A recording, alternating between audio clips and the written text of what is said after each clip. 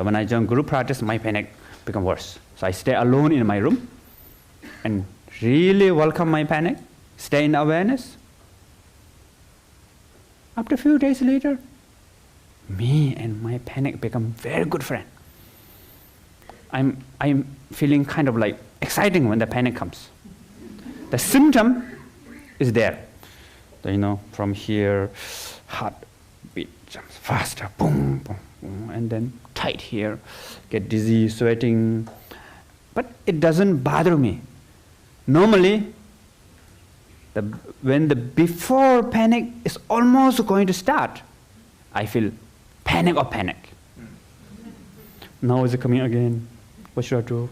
Meditate, breathing. It doesn't work. Now, hello, okay. Come, welcome. Tight and then, oh, interesting.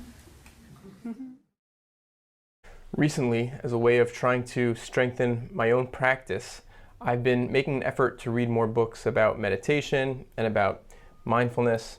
And so I took out of my library this book. It's called In Love with the World by Yongey Mingyur Rinpoche. Yongey Mingyur Rinpoche is a very well-known, popular Buddhist Tibetan monk. He's written like a best-selling book. I know of him and his very kind and peaceful demeanor from numerous YouTube videos. I've seen him, he has a YouTube channel. He's lectured all over the world, and I was very curious to see what is this latest book, what can I learn from it? But I went in really not knowing what to expect. I'll just read a few sentences from the beginning of the book to give you a sense of how this thing starts. I finished writing the letter.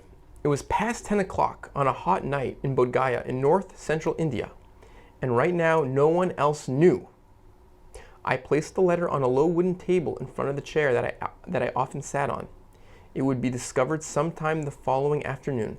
There was nothing left to do. I turned off the lights and pushed back the curtain. Outside it was pitch black, with no sign of activity, just as I had anticipated. We'll stop there.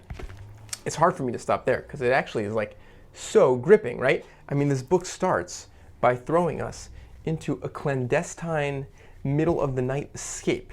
Yongey Mingyur Rinpoche opens this book describing the experience of running away from his monastery where he is the abbot. And he is running away from his monastery because he wants to go on this multi-year retreat. A retreat where he is going to shed his identity and shed his ego and no longer be Yongey Mingyur Rinpoche, the abbot, monk, teacher of millions, and instead basically become a homeless wanderer, a wandering yogi. And it reads, like I said, like an adventure tale in the beginning. He talks in great detail, proudly, about how he secured an extra key to the gate and how he had to oil all the hinges and time his movements with the passing of the guards, and how he managed to order himself a taxi. And it's exciting. He eventually jumps over a fence, throws his backpack, climbs over a fence, and now he's waiting for his taxi. And his taxi doesn't show up. So his taxi eventually does show up. It shows up 30 minutes late. But throughout this whole episode and throughout the whole book, what Yongey Mingyur Rinpoche is constantly doing is taking his internal temperature. He's constantly documenting precisely how he's feeling. He documents the anxiety that he feels when his taxi doesn't show up. Is someone going to see him? He has to sort of hide. And then he's in the taxi. He's handling money for the first time. And the book sort of weaves together different voices, different perspectives. Of course, one of the central voices is Yongey Mingyur Rinpoche on this odyssey, on this journey, leaving from the monastery to the taxi to a train station and slowly acclimating himself, sort of like someone, an image comes to mind of someone entering a very freezing cold pool or body of water, slowly, step by step, stepping into the water and adjusting.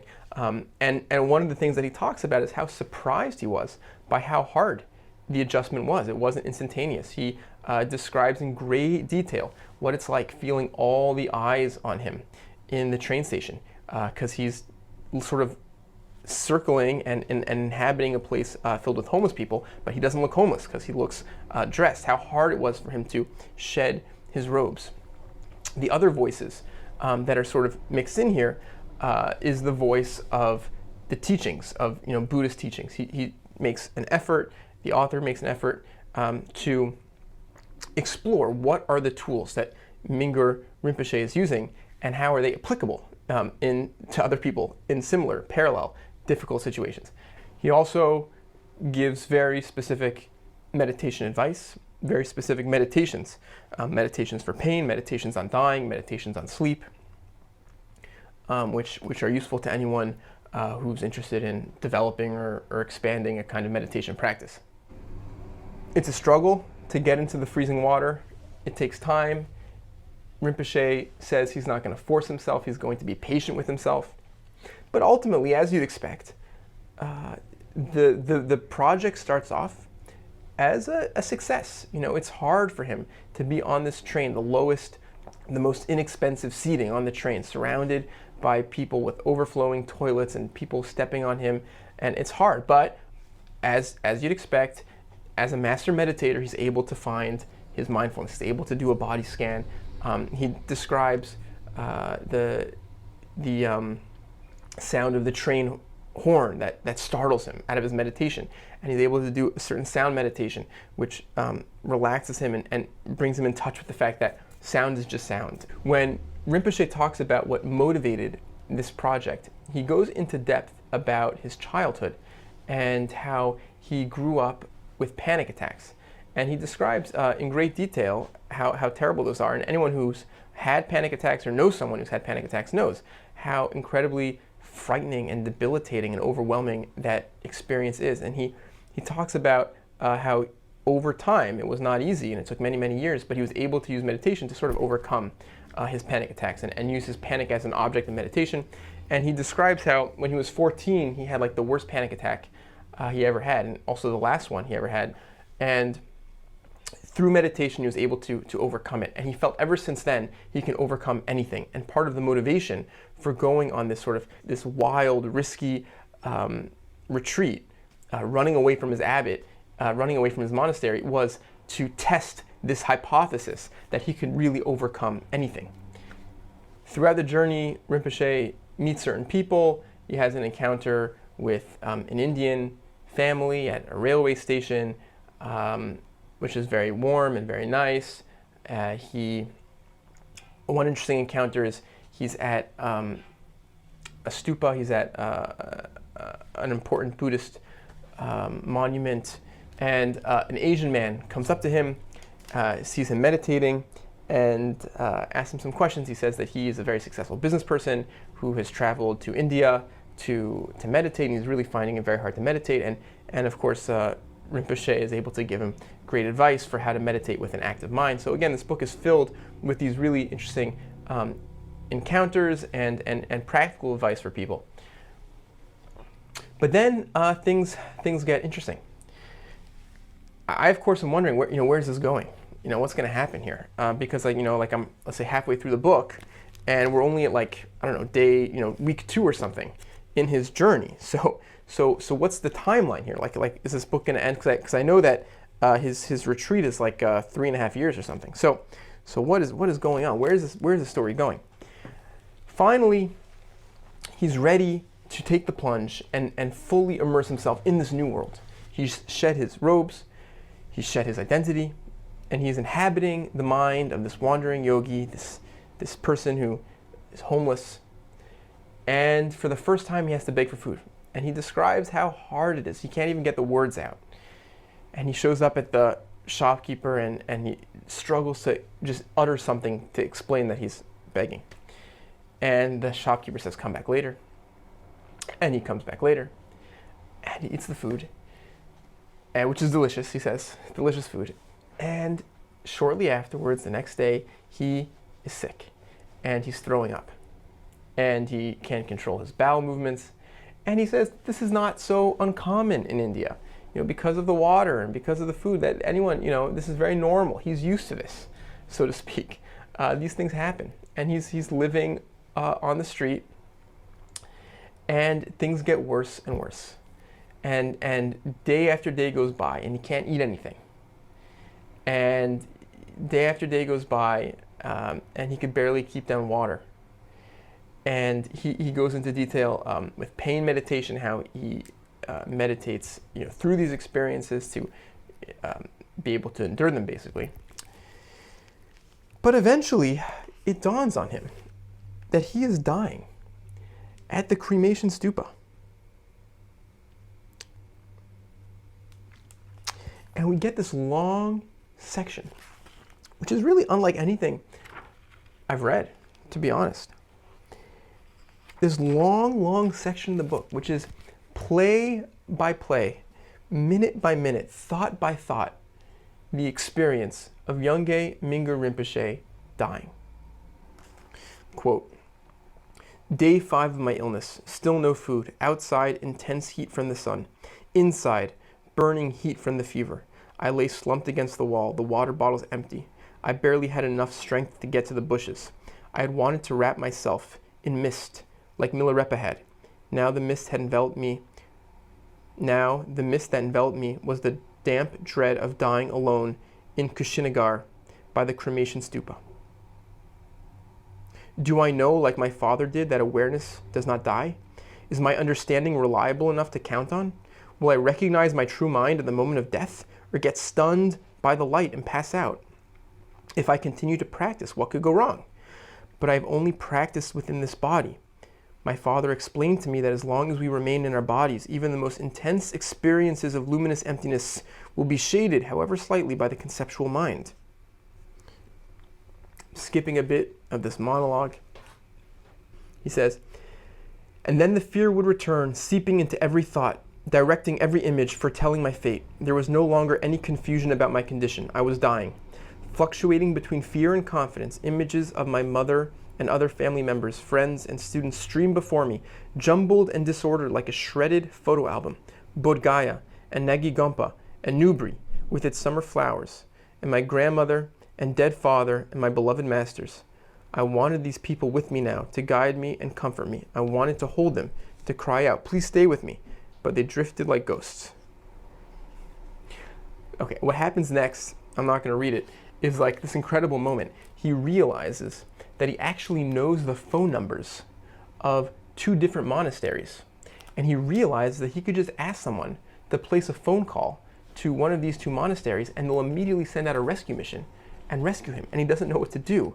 Should he make this effort to save his life?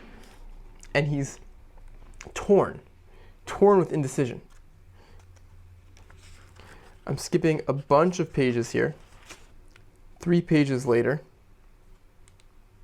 quote, "A ball of iron stuck in my throat, blocking my breath, strangling any capacity for making a decision. Back and forth I went. This indecision cannot be sustained. I must choose one direction. Either one will be better than this." Eventually he decides to accept whatever happens to him. So he decides not to make the call, basically. He continues, skipping a bit. "Making the decision to remain in Kushinagar settled my mind, but not my stomach. I continued to squat in the bushes. By now, every movement confirmed that my body was slipping further toward its irreversible cessation. This brought with it a renewed determination to work with the instructions for the bardo of dying. The day before, a genuine concern had given rise to these same contemplations, but I had not yet abandoned a whisper that told me everything will be okay. Now these assurances were nowhere to be found.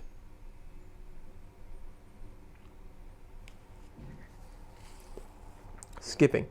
Living, dying, 2 concepts equally distant from this moment. This is who and where I am right now. This being, just doing this activity in this body, making these aspirations, nothing more, nothing less, just trying to fully inhabit the infinite universe of each moment." And so, of course, that's an example of the practice that he's trying to bring to this moment of extremity, this moment of disaster, this moment of crisis, as a way of centering himself. Skipping a bunch of pages, and now we get really the step-by-step dissolution, the precise physiological experiential process. "My extremities turned cold. It was very hot outside, so I knew that this was caused by losing body heat. The fire element was leaving.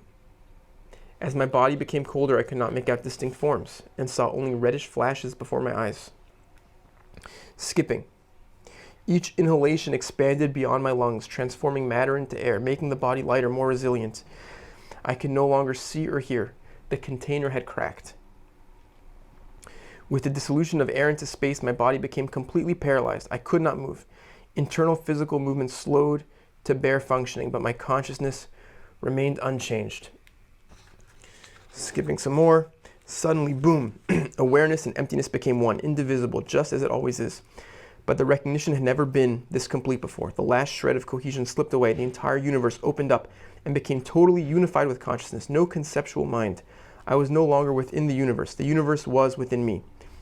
No me separate from the universe. No direction. No within or without. No perception or non-perception. No self or non-self. No living, no dying. The internal movements of the organs and senses slowed way down to minimal functioning. I still understood what was going on, but not through commentary or voice or image. That type of cognition no longer presented itself.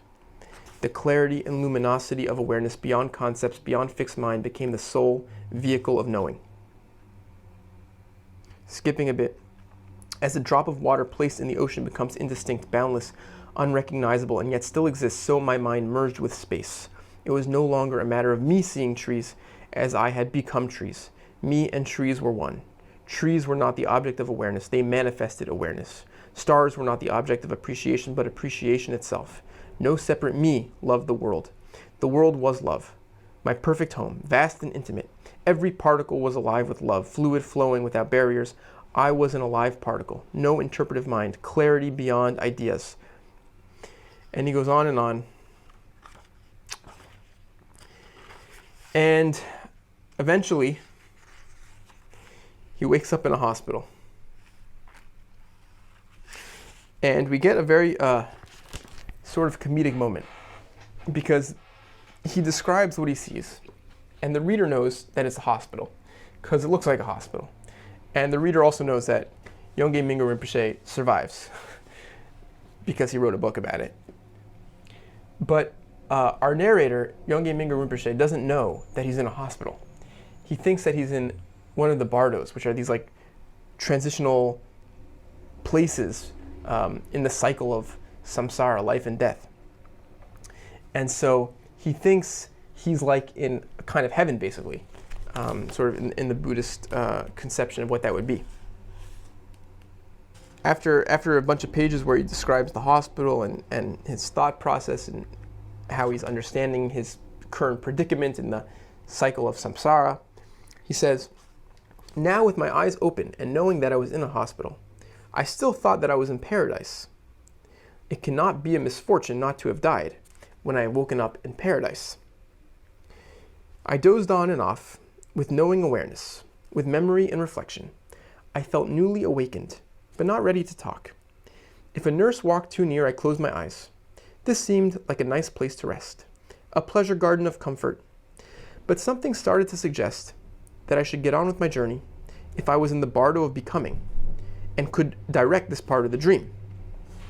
I wondered where I would go, what I would become."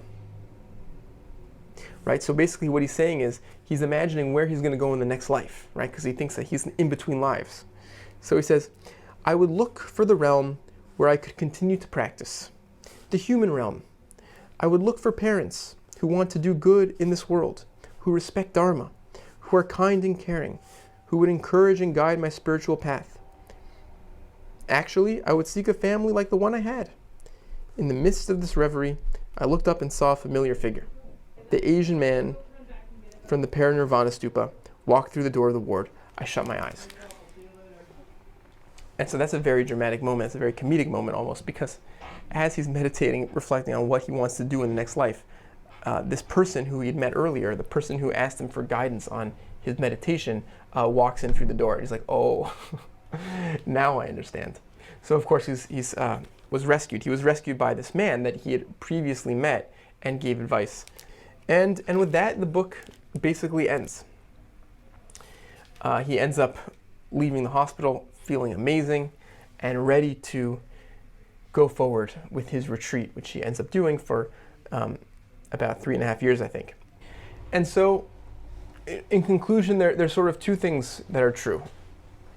I was surprised, and maybe Yongey, maybe Rinpoche was also a little bit surprised, I don't know, by how human and how relatable his experience is. I mean, he felt sort of the swells of emotions. You know, he cries at moments over his fate, and he experiences self-consciousness when the eyes are upon him. And so this yogi who dedicated his whole life to practice is still human in every recognizable way. But of course, we also get the very strong sense that his practice, the practice of meditation, is a sustaining kind of practice, and it's a very powerful technique and tool for navigating these emotions. The analogy that Rinpoche loves to use in this book, the mind is like an ocean with waves or a sky with clouds. Awareness is this expanse of space, and in that expanse we get strong emotions. Aversion, fear, anxiety, it could be anger, all sorts of things. And these are like the waves of the ocean, or the clouds in the sky, the storms in the sky. And it's human for them to be there. Everyone experiences them. But the practice of meditation is about tapping in, identifying with the expanse, identifying with the openness, capacious awareness, so that you see the waves, but you're not in the waves.